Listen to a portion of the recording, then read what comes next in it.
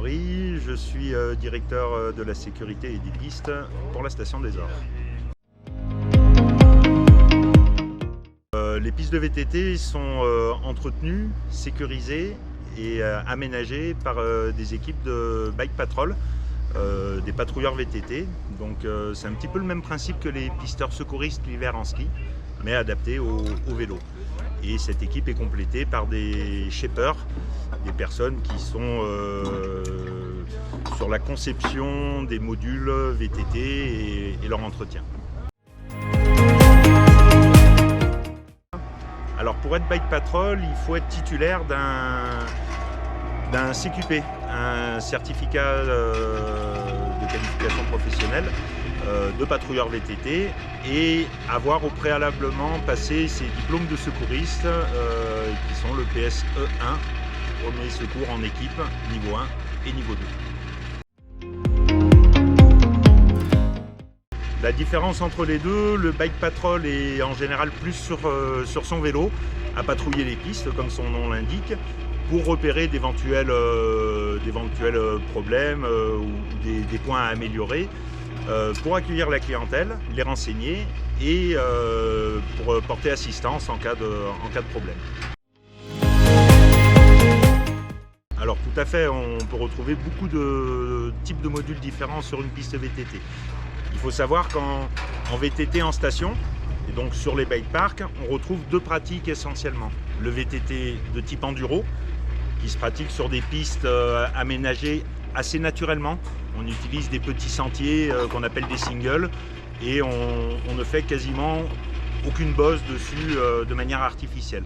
L'autre pratique, c'est la descente, qu'on appelle la DH, où là pour le coup ce sont des pistes totalement aménagées de manière artificielle, à l'aide d'une mini-pelle très souvent, et où on retrouve plein de types de modules différents, des tables, des bosses, des step-down, step-up, plusieurs types de modules qui permettent à notre clientèle de prendre un petit peu de plaisir et de décoller les roues du sol. Les niveaux de difficulté sur les pistes d'un bike park, comme sur les pistes de ski en hiver, sont normalisés. Il y a une norme qui réglemente effectivement les types de pentes qu'on va retrouver selon les niveaux de difficulté et les tailles des modules qu'on peut mettre sur ces pistes-là. Donc il y a une norme AFNOR qui définit les pistes de VTT, et comme en ski, vous retrouvez des pistes vertes qui correspondent à un niveau très facile pour les débutants, des pistes bleues pour les personnes un peu plus débrouillées qui correspondent à un niveau facile, des pistes rouges pour les pilotes confirmés, des pistes noires pour les bons. Et depuis quelques années est apparu dans la norme les pistes de niveau double noir, qui sont vraiment réservées à l'élite et aux experts.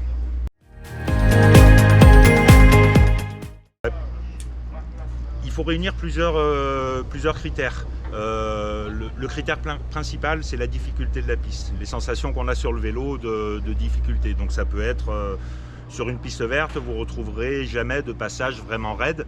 Ce sera toujours des pistes assez relativement larges, très sécurisées au niveau des abords, et sur lesquelles il pourrait y avoir des petits mouvements de terrain, mais où logiquement on ne décollera jamais les roues du sol. Plus on va monter dans les niveaux de difficulté, plus on va retrouver des pentes un peu plus fortes et des modules un peu plus gros, mais c'est difficile à mesurer réellement. Donc c'est plus les sensations qu'ont les bike patrol et les shapers quand ils font la conception et quand ils viennent tester la piste qui va indiquer le niveau de difficulté.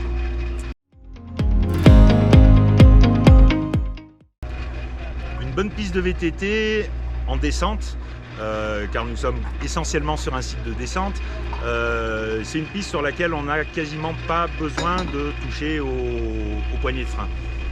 C'est-à-dire que le flow qu'on va donner à la piste, le rythme qu'on va lui donner, la forme des virages, la manière dont ils vont remonter un petit peu pour casser la vitesse par endroits,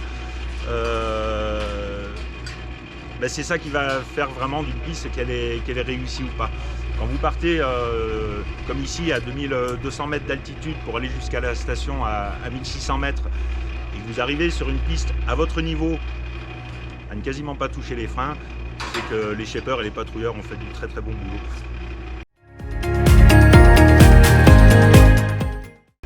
Alors elles sont jamais vraiment identiques d'une année à l'autre, car chaque année on essaye d'améliorer tous les petits points noirs qu'on retrouve en cours de saison sur la piste. Ça peut être des passages un petit peu trop techniques qu'on veut réadapter au niveau de la couleur de la piste.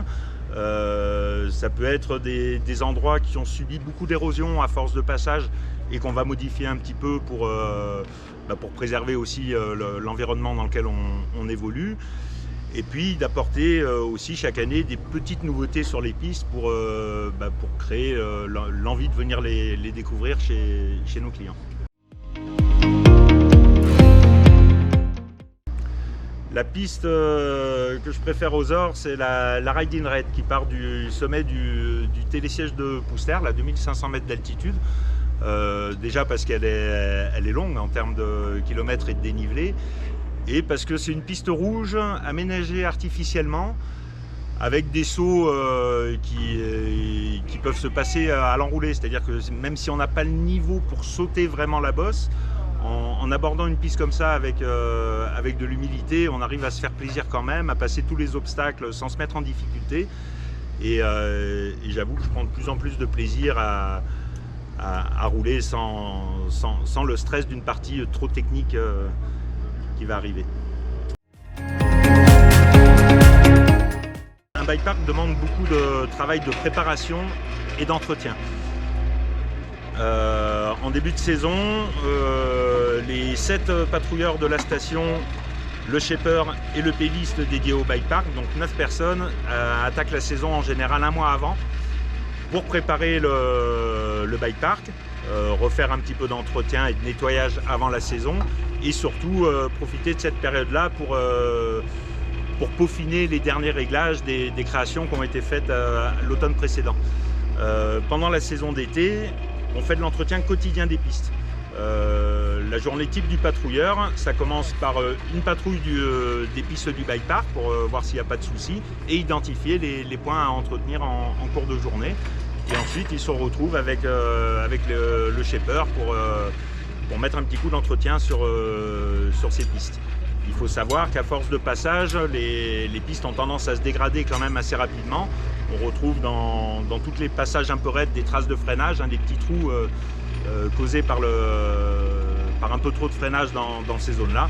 Donc ça demande un entretien vraiment courant.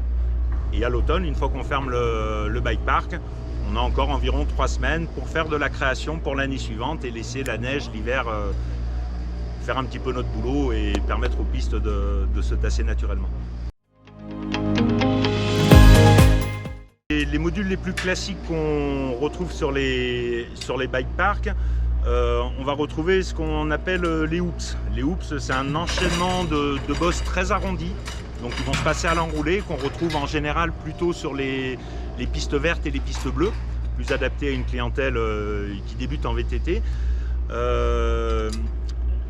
Après les hoops, on commence à créer des tables. Donc une table, c'est un appel, un replat sur le dessus et une réception assez longue pour que les pratiquants atterrissent en sécurité. Donc là, on commence à décoller déjà un petit peu les roues du sol. Les tables, on peut en trouver de différentes tailles. On en retrouve sur les pistes bleues, mais également sur les pistes double noires. Et vous imaginez bien que la taille des sauts ne sont pas du tout identiques. Ensuite, on retrouve plus sur les pistes rouges et les pistes noires des step-up, donc des appels de saut avec un atterrissage au-dessus de l'appel. Donc ça fait une parabole et ça permet aux VTTistes de se poser tout en souplesse. Il ne tombe pas très haut en gros quand il va atterrir. Donc c'est des bosses au niveau sécurité qui nous conviennent vraiment bien. Et sur les pistes plutôt noires, on a tendance à inverser un petit peu les courbes et à faire du step down. Et donc là, on permet aux pratiquants de se faire un vol longue durée, puisque la parabole est beaucoup plus longue pour se poser plus bas que le module. Et le dernier module qu'on retrouve fréquemment, c'est ce qu'on appelle les road gaps. C'est simplement des passerelles qui permettent de survoler une route et de se poser dans le talus de l'autre côté quand on a des pistes 4x4 à faire traverser de manière aérienne. On a a une nouveauté aux ORS cette année. On a ouvert, en plus des 3 télésièges débrayables qui permettent à nos clients d'accéder à tout le bike park, on a développé sur les ORS 1800 un espace un peu plus initiation. On a un tapis qui permet de remonter sur le front de neige de 1800 avec une petite piste verte ludique pour faire les premiers tours de roue. Et en bas de cette piste verte, on a créé une zone Easy Ride, une zone initiation avec des petits modules en bois justement.